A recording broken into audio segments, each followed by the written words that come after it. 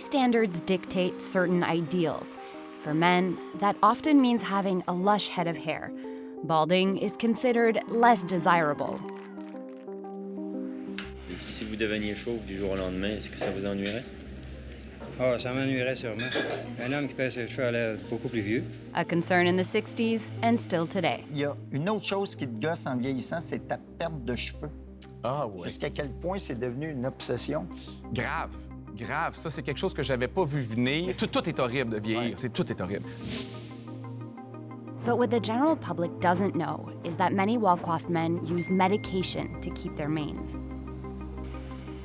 You got good hair. I'm going to compliment your hair. When I was like 25, I went and met the doctor, hair guy doctor. He put me on this medication. It's like a finasteride.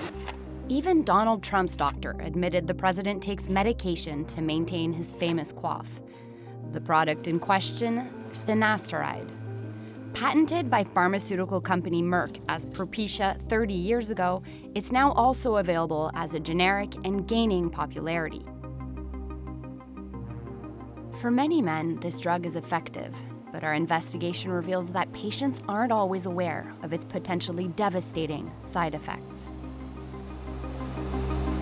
So it was like sexual dysfunction, absolutely, total lack of sex drive, lack of motivation, severe depression. Neurologiquement, ça va pas du tout. J'ai comme un voile sur la tête, je peux pas réfléchir. For a small percentage of users, this drug can cause serious health issues the industry has spent decades trying to downplay. I had a piece of me taken away by a drug company when they knew that could happen, when they didn't inform me, and that I'll never get back.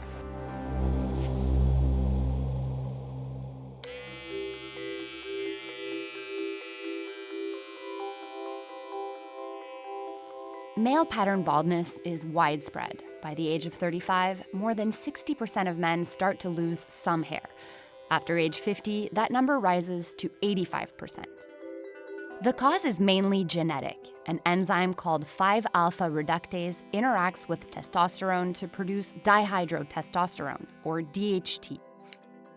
Too much DHT shrinks hair follicles and causes hair loss. Le finastéride, c'est une molécule qui sert à bloquer la conversion de testostérone en dihydrotestostérone. Ce médicament-là a deux grandes indications en médecine contemporaine. Premièrement, pour le traitement de l'hypertrophie bénigne de la prostate, qui est dans le fond la prostate qui grossit avec l'âge et qui va mener à un blocage de la vidange de notre vessie. Mais avec les années, on y a aussi trouvé d'autres indications. À plus faible dose, on s'en sert également pour traiter l'alopécie androgénique, qui est dans le fond la perte de cheveux, la calvitie qu'on appelle dans le langage courant. La calvitie, c'est un problème qui est une préoccupation esthétique. Ça peut avoir des répercussions que je veux surtout pas négliger, mais à la base, est-ce que c'est dangereux de perdre ses cheveux? Non. Yet turning baldness into a medical issue is exactly how Merck marketed its medication back in the 90s. But we'll get back to that.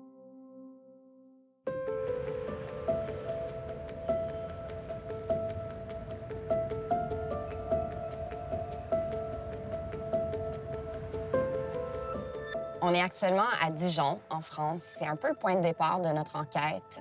D'abord parce que les médias français ont beaucoup parlé des risques du finastéride.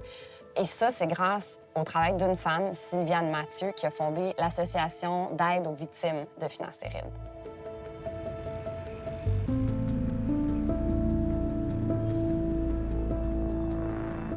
Attendez, parce que moi, je suis sélective. J'adore. Ah, il est beau. Il était déjà malade, là. Ouais. Ouais, ça allait pas. Sylviane Millot-Mathieu, j'ai créé l'association Ave Fine suite au départ de Romain, qui avait commencé la consommation de finastéride à 19 ans.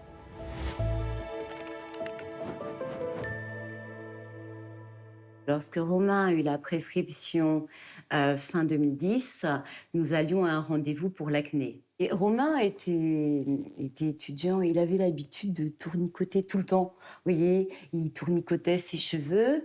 Et donc, la dermato lui a demandé « Pourquoi tu touches tes cheveux? Est-ce que tu les perds ?» Et il lui a expliqué qu'il y avait un traitement révolutionnaire qui s'appelait le Propecia et qu'il pouvait le consommer. Donc l'histoire a commencé ainsi. Nous avions revu la dame qui avait prescrit à Romain 1 année après, et Romain lui a dit « Madame, je suis très fatiguée, j'ai des trous de mémoire, je ressens les choses différemment et j'ai des problèmes de libido. » Et il lui a dit « Mais arrête de regarder n'importe quoi, c'est dans ta tête. » Il était bien précisé que tous les effets indésirables stoppaient à l'arrêt du traitement. Hein. Tout le monde était d'accord, unanime pour cela. Et lorsqu'il a stoppé, il y a eu comme une période de rémission entre 2 et 3 semaines. Et tout d'un coup, clac, les effets secondaires précédents sont revenus, amplifiés, et de nouveau sont apparus. Et là, ça a été terrible, par contre.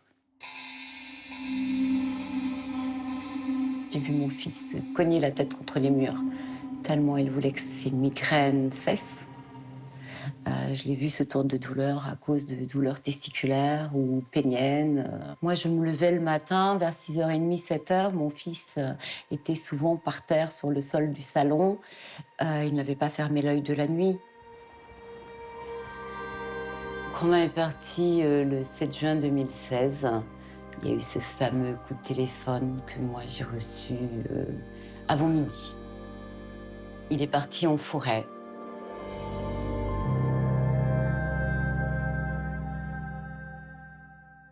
Si on l'avait prévenu des effets indésirables, potentiellement durables en fin de compte, Romain n'aurait jamais pris ce produit.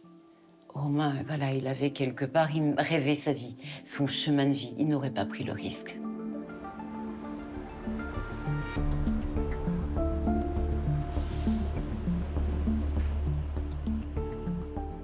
Romain n'a jamais réussi à trouver l'aide qu'il cherchait parce que c'est comme si, à l'époque, la communauté médicale ne pouvait pas concevoir qu'on puisse ressentir les effets indésirables d'un médicament, comme le finastéride, après avoir cessé de le prendre. Mais depuis, il y a des chercheurs qui ont commencé à se pencher sur ce qu'on appelle maintenant le syndrome post-finastéride et qui essaient de comprendre pourquoi ça affecte certains hommes et pas d'autres. My name is Roberto Melcangi. I am full professor at the University of Milan. And I am a neuroendocrinologist. This story started more or less 10 years ago because I was contacted by the patient, the PFS patient, that told me about this side effect of the finasteride. But what was very surprising was the persistence of this effect. Roberto Melcangi and his team have published 14 studies on finasteride. Their research has confirmed the presence of persistent symptoms in rats.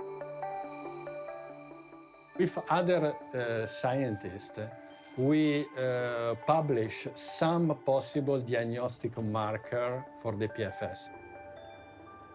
Our first hypothesis is that the main damage is in the brain, in the neural circuits that control also our mood and also our sexual activity.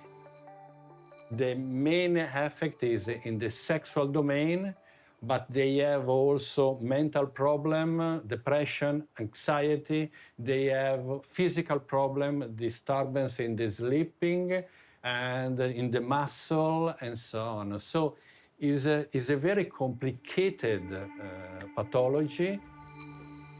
I wish not to demonize this drug because it's very effective, but we don't know why in some people we have this important side effect. We believe that it is a modification of our genes that is induced by the finasteride. We are in contact with some patients that after 10 or 20 years, they still have this side effect. So it's completely a disaster for these people. Sylviane Millon-Mathieu reported Romain's death to health authorities. It's cases like this one that led European regulatory agencies to require Merck to warn consumers about the risk of persistent sexual side effects. But the pharmaceutical company has always denied that its drug caused this suffering.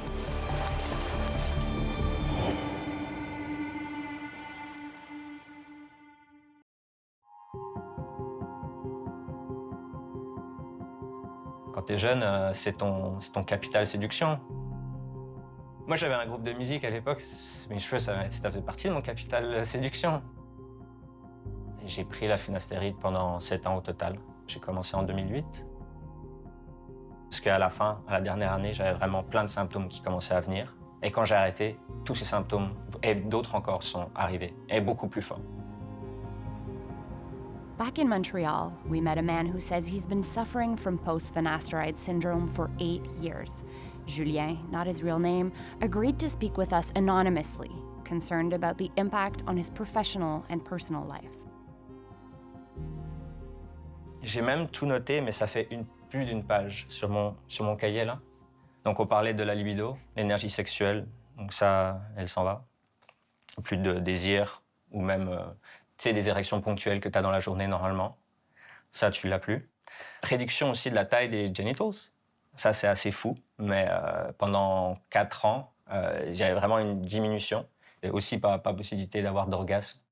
Un autre effet secondaire qui est peut-être le plus dévastateur dans une relation, celui-ci en est les problèmes sexuels, bien sûr, mais l'anédonie, je ne sais pas si tu vois ce que c'est. C'est en fait la perte de pouvoir ressentir des émotions, en fait. La liste des symptômes, tu peux la dicter à n'importe qui, médecin ou pas médecin, ils vont penser que t'es taré, que t'es fou. C'est pas possible, il n'y a pas de pathologie là, qui correspond à tous ces symptômes-là. Julien is one of about 20,000 men worldwide who've reported side effects linked to finasteride. This could be the tip of the iceberg, as studies show barely 6% of patients report side effects to authorities. During our investigation, we reported on the cases of 25 men who say they suffer from post-finasteride syndrome. 13 are in Canada, including 5 in Montreal. One of these cases is Wei, who says the worst of his symptoms appeared after he stopped the medication. It was a topical finasteride solution at a very low dose. I discontinued the use of the medication after 10 days of use. And immediately the next day, my world was turned upside down. I was in pain. I could not think clearly. I did not have any motivation to do anything, and I was in pure survival mode. I could barely leave my bed. I could barely leave my apartment.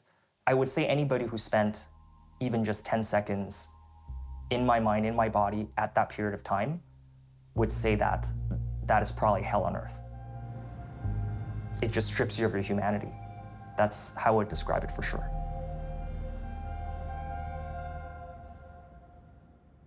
Il faut se rappeler que la majorité des patients n'auront pas de symptômes permanents avec ce genre de médicaments-là. C'est vraiment la minorité.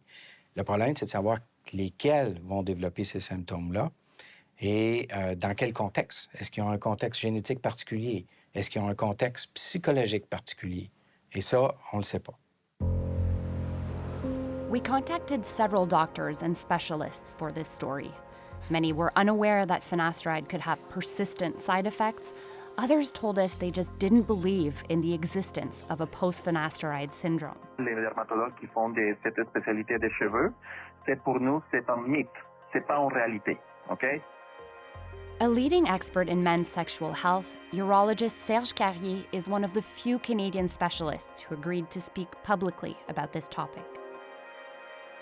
Le syndrome post-finastéride demeure dans la littérature médicale un sujet de controverse. Je reçois des références de temps à autre pour ces problèmes-là, qui est quand même méconnu chez les médecins.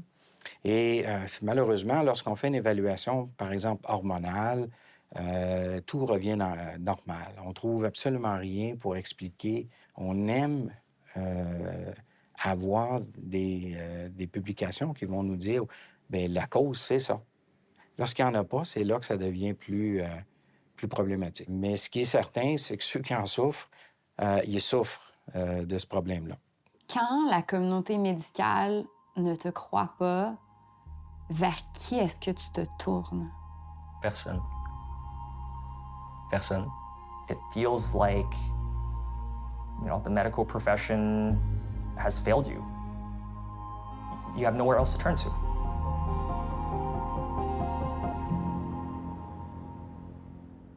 Même en 2025, le scepticisme de la communauté médicale canadienne face au risque du finastéride est palpable.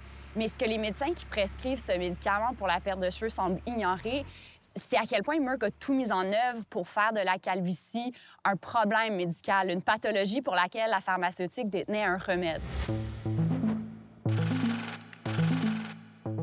We dissected Merck's marketing strategy with pharmaceutical policy expert Marc-André Gagnon.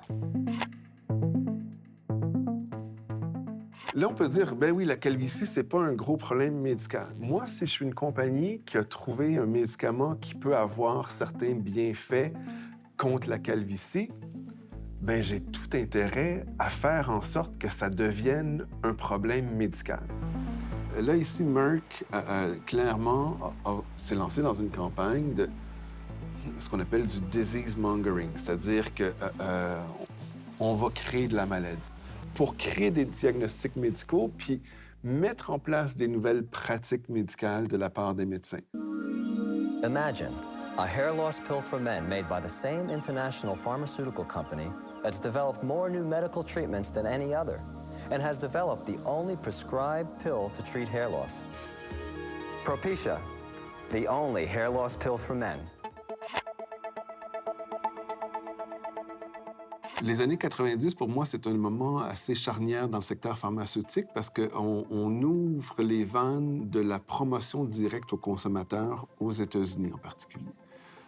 Donc, on se retrouve à pouvoir faire de la publicité à la télévision et s'adresser directement aux consommateurs.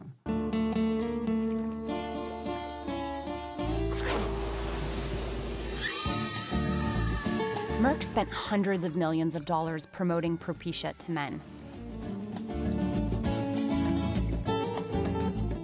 With commercials often focused on disparaging baldness.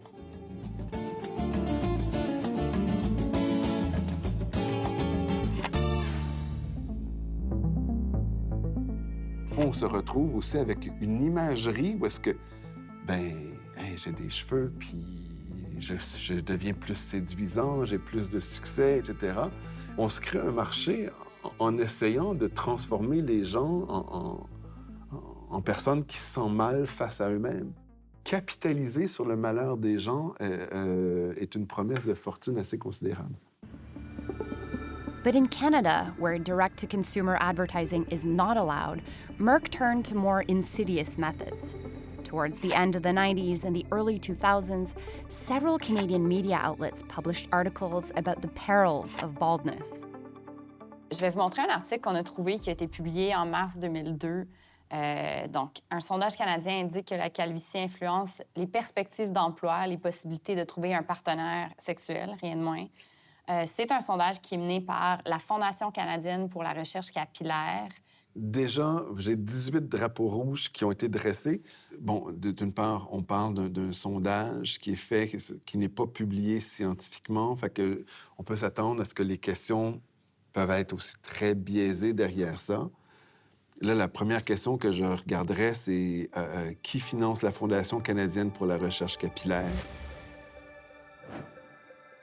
Our investigation revealed the foundation received funding from Merck. The experts quoted were also paid by the pharmaceutical company, and the statistics mentioned, they come from surveys financed by Merck. These articles encouraged readers to visit the foundation's website, which no longer exists, but we dug up its archives and found the brochures that had been available at the time.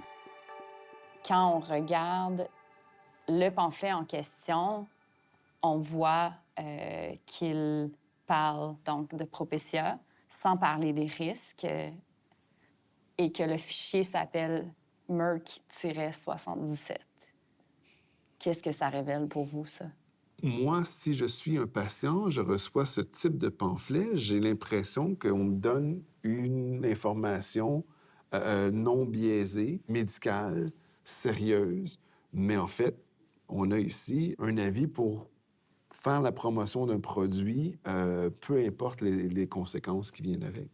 À ce niveau-là, ça a toutes les formes d'une publicité qui ne devrait pas être légale, en tout cas pas au Canada.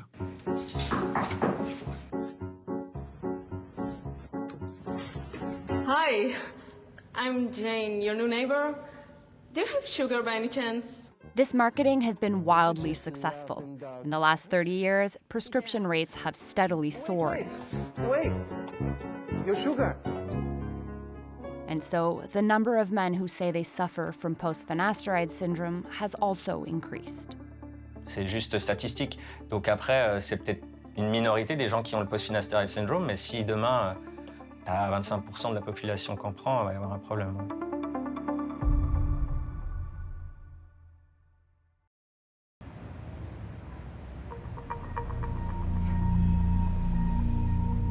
I was at a concert in my last year at university, and it was pouring rain. And I went to the bar and kind of dried myself off with paper towel in the bathroom. And I noticed that, like, that's kind of the first time I noticed that I was losing a bit of hair. And I was like, huh. I'm Tom, and I took Propecia years ago, back in 2011. So it's been more than a decade.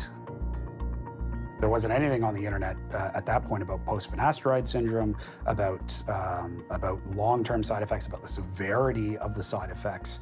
And I asked my doctor, and he said that there's nothing to worry about. It'll, like, if you do have any side effects, which are very unlikely, then they'll stop as soon as you stop the medication. I totally lost my sex drive. I didn't feel like going out and being with friends. I lost all my motivation at work. I just entered this horrible, deep, dark depression that was unlike anything else I've ever experienced. It was like a black pit that you were just sucked into and you couldn't do anything about. Tom is one of several hundred men now seeking compensation for the harm they say Propecia caused them. You are part of a class action lawsuit against Merck, the company that makes Propecia. Since 2011, these patients have filed lawsuits against the company in multiple countries. Une dizaine de ces victimes lancent une procédure judiciaire qui parle d'un traitement qui leur a ruiné la vie. של משתמשי פרופסיה על כך שחלק מתופעות הלוואי הם דיכאון חמור עד כדי אובדנות בעקבות שימוש שלהם.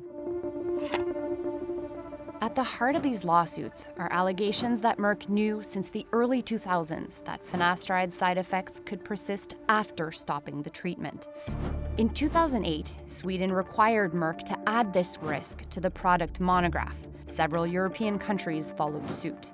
But in Canada, this wasn't done until late 2011. I was and am still extremely angry at the company that produces finasteride for knowing that regulators in Sweden had said, you need to put these warnings on the label. They knew about that when I started taking the drug, but it wasn't on the label in Canada, it wasn't on the label in the United States, it wasn't on the label in England. And if I had known, I wouldn't have taken it. And I wouldn't have had those 2 unbelievably dark years. I wouldn't still be dealing with the side effects today. One of the lawsuits in the US was a consolidation of over 1,100 individual claims. The case was settled out of court. In 2018, Merck paid $4.3 million to the plaintiffs who accepted the settlement. The details were then sealed until an American journalist made a shocking discovery.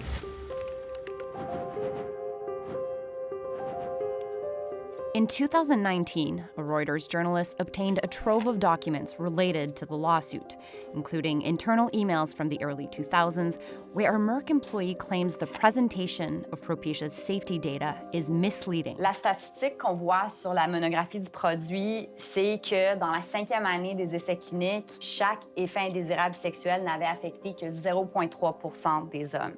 Mais ce qui est décrit ici suggère que pour arriver à un chiffre aussi bas, Merck a écarté des résultats tous les hommes qui avaient quitté l'essai clinique en raison d'effets secondaires sexuels. La pharmaceutique avait constaté à ce moment-là qu'il y avait des gens qui avaient des effets indésirables persistants, mais ce qui est allégué ici, c'est qu'ils auraient choisi de ne pas alerter le public. Nothing has been reported about these men who developed these persistent side effects, so we don't know if they ever recovered or not. To better understand the safety data, we reached out to endocrinologist Michael Earwig, who's published several studies on finasteride's side effects. So the truth is that we really don't have good data about the incidence of the persistent sexual side effects. So if a study only looks at, let's say, 1,000 or 2,000 people on a medication, that doesn't tell us about its full safety profile. It's only after it's been prescribed to, hundreds of thousands or millions of people that we really know what the true safety is. And sometimes we uncover, uncommon or rare side effects. So if the 0.3% doesn't work, do we have any idea how many men could be affected by sexual adverse effects? We don't know the exact odds, we don't know the exact incidence, but I'll give you an analogy. Let's say, for example, you're flying out of the airport tomorrow, and there are, let's say, like 100 flights leaving. And I'm going to tell you right now that one of those flights, the plane is going to crash, and everybody's going to die on that flight. Would you take your flight tomorrow? And some people may say, oh, it's only 1 in 100. That's a really low chance. Sure, I'll take that risk. But others would say, listen, the risk is so severe because it's going to be death that I'm going to reschedule my flight. So although we don't know the exact incidence, that's kind of how I phrase it. In 2015, researchers analyzed 34 clinical studies on finasteride for hair loss. They found that more than half of these studies had been funded by pharmaceutical companies and concluded that available toxicity information was systematically biased and of poor quality. There are thought leaders in the field of dermatology who have published a lot about hair loss, and it turns out that some of these experts have had financial conflicts of interest with Merck, so they've received money from Merck to give lectures or to do research, and they have often failed to disclose these conflicts in their own publications, which have tried to minimize my research, for example. But what if that's just what it takes to get a pharmaceutical product to market?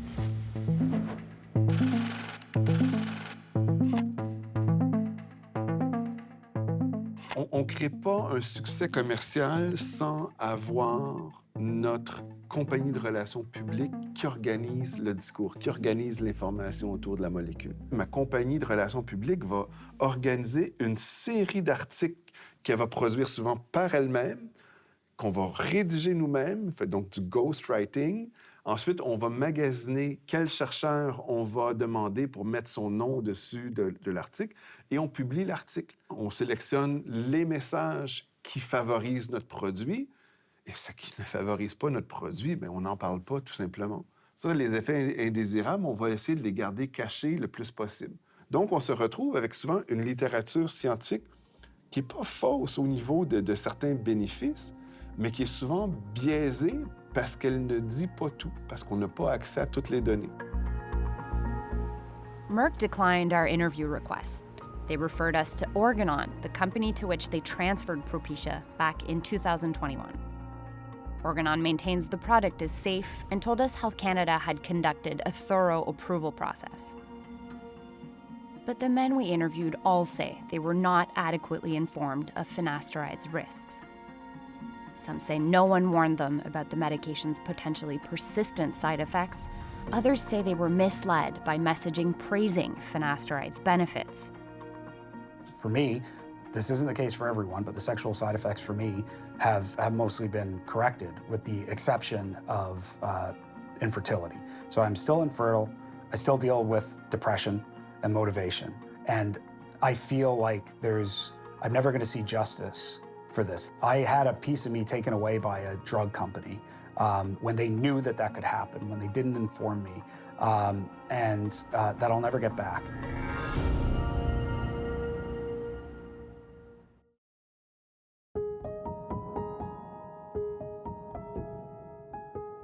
En août 2020, j'ai remarqué que je perdais beaucoup de cheveux. La perte était excessive, puis il m'a fait paniquer. J'ai commencé à chercher des solutions en ligne. One story in particular, that of Mark Turner, left a lasting impact. We asked an actor to read his testimony on his behalf. J'ai écouté de nombreuses vidéos YouTube sur la perte de cheveux qui faisaient l'éloge du finastéride. J'ai même lu une étude de dermatologue qui suggérait que le syndrome post-finastéride était un trouble délirant induit par une hystérie collective. J'en ai conclu que si ce syndrome-là existe, C'est extrêmement rare et c'est pas un grand risque. Le 9 septembre, sans le savoir, j'allais prendre la pire décision de ma vie.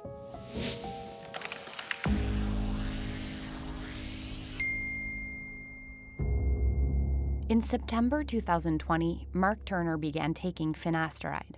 He quickly experienced side effects, which he confided to his mother. And he thought, okay, maybe this drug is not good for me. I'm gonna go totally off. He was very tired, he's fatigued. He said, you know, I'm going to work, I feel like a 90-year-old man. Insomnia, tinnitus, very bad tinnitus that would not go away. But his doctor was very much saying, there's no way, Mark, this drug would not do that. You're off the drug, there should be no problems. Feeling helpless, Mark went online, where he found thousands of men with the same symptoms offering each other support. Au cours des derniers mois, j'ai lutté de toutes mes forces pour faire face aux symptômes débilitants qui détruisent ma vie. Je peux plus exercer le métier que j'aime et pour lequel j'ai tant travaillé. J'ai dû retourner vivre chez mes parents pour obtenir du soutien, mais me voir souffrir en permanence les affecte beaucoup. I miss my friends. I miss my job. I can't go on like this. The torture is unrelenting. I can't fall back asleep. My mind is racing. Nobody understands. I am alone.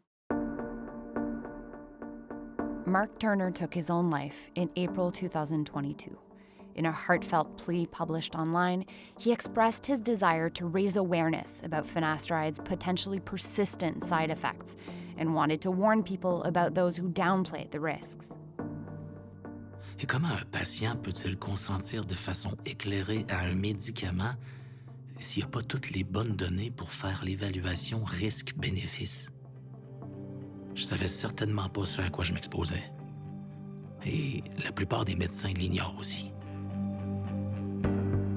But unlike Romain's story, a nearly identical case widely covered in France, Mark's plight went unnoticed in Canada. Doctors didn't believe him, the media didn't react, the Turner family felt abandoned.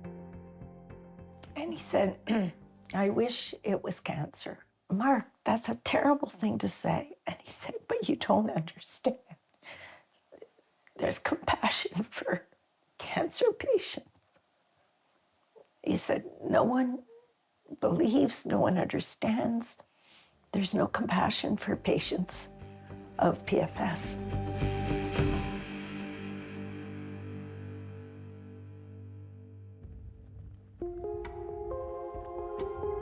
In the year following Mark's tragic death, Health Canada required that the monographs for finasteride include warnings about the risk of depression, self-harm, and suicidal thoughts.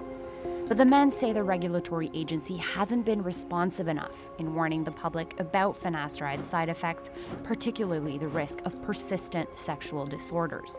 These delays are critical as the popularity of finasteride continues to rise, fueled by the arrival of generic versions of the product. This is on finasteride, and finasteride. It's one of the most powerful medications that we have to combat male pattern hair loss. I think it is the absolute best long-term treatment for fighting hair loss. Online, a plethora of influencers, like those who convinced Mark Turner, praise finasteride. Some even ridicule its risks. Communities where you see the most incel rage against finasteride are online communities that also promote other conspiracy theories like moon landing denialism, 9/11 truthism, cholesterol denialism, lizard people, and Jewish space lasers. The rise of these videos coincides with the rise of telemedicine sites dedicated to men's health. And although these sites are legal, our investigation shows that they sometimes cut corners. With the help of a colleague, we tested 3 Canadian sites, Jack, Rocky, and Essential Clinic, that offer generic finasteride. Peux-tu nous décrire un peu le processus d'obtention de ces médicaments? Dans les 3 cas, on m'a demandé simplement de remplir un bref questionnaire en ligne sur mon état de santé, de fournir une pièce d'identité et des photos de mes cheveux. Qui sont pas du tout clairsemé. Oui, mais malgré tout, on m'a prescrit là, en à peine quelques heures. J'ai reçu ces 3 ordonnances-là pour du finastéride sans avoir à parler là, à qui que ce soit. Et dans 2 des cas, même, ça avait été facturé avant même que l'ordonnance soit approuvée. OK. Et pour Jack, on a prétendu que tu avais des antécédents de dépression. Pour Rocky, on a dit que tu avais des troubles de libido. On a cru que ça mènerait à des questions un peu plus rigoureuses de la part des prescripteurs. Est-ce que c'était le cas? Non. Pas du tout. Pas du tout. Est-ce que tu as eu des mises en garde? Bien, chez Essential Clinic, on m'a envoyé un document PDF que j'aurais pu choisir de ne pas ouvrir du tout, mais qui ne mentionne pas les risques de pensée suicidaire ou de dépression. Chez Jack, c'est un bref message d'un pharmacien que j'ai reçu, mais qui ne contient pas non plus de mise en garde sur des effets psychiatriques. Et pour Rocky, il n'y a pas non plus de mention de risque d'effets persistants. When confronted with our journalists' findings, company representatives insisted they follow all required standards and provide a safe service. On observe actuellement à une grande commercialisation de la santé. À chaque fois que je me logue sur des réseaux comme Facebook, je suis ciblé moi-même et on cherche à vendre un produit ultimement. Mais oui, j'ai l'impression qu'on banalise beaucoup l'usage de cette médication-là en disant que c'est rare comme effet secondaire et que comme si ça n'existait pas vraiment. Vous êtes entre vous et votre ordinateur. On vous dit un discours, vous gobez le discours, vous dépensez votre argent et vous avez zéro information par rapport aux risques réels que peut avoir le produit sur votre santé. Santé Canada a un rôle à jouer, c'est son rôle, c'est son mandat, qu'elle n'applique pas. Et je crois qu'une des leçons qu'on doit garder de ça, c'est que Santé Canada doit se mêler du discours en ligne qui est fait au niveau de ces produits-là. Health Canada declined our request for an interview. They say they have repeatedly issued new warnings regarding finasteride and that doctors are in charge of informing their patients. Meanwhile, several European countries continue to lead the way in warning the public about the potential dangers of finasteride. Donc, la revue Prescrire est une revue française qui émet de la guidance aux prescripteurs en France pour savoir quels sont les bons traitements et quels sont les traitements à éviter. Et depuis 2019, la revue Prescrire recommande que le finastéride fasse partie des médicaments qu'on ne prescrit pas, surtout pas, en tout cas, pour la perte de cheveux, en raison des effets secondaires graves et persistants qui peuvent survenir. Moi, ce que je souhaite, c'est la reconnaissance d'une pathologie liée aux inhibiteurs de 5-alpha-réductase et une prise en charge totale des personnes en souffrance. Vous sauvez les Romains des autres? Je ne sais pas, je ne sais pas. Je continue peut-être à le faire vivre. Pourquoi on se bat? Pour la mémoire de son enfant et oui, pour les enfants des autres. Parce que cette douleur assez indescriptible, je la souhaite à personne.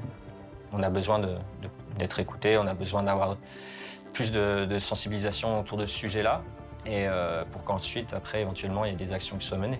Ce qui est difficile à avaler, c'est ça, c'est qu'en fait, j'ai pas l'impression de mener la vie telle que j'aurais dû la mener. The best approach here is prevention. Just don't take this medication. Don't risk it. Don't get sick and live your life. You know, understand that your life is way more than your hair.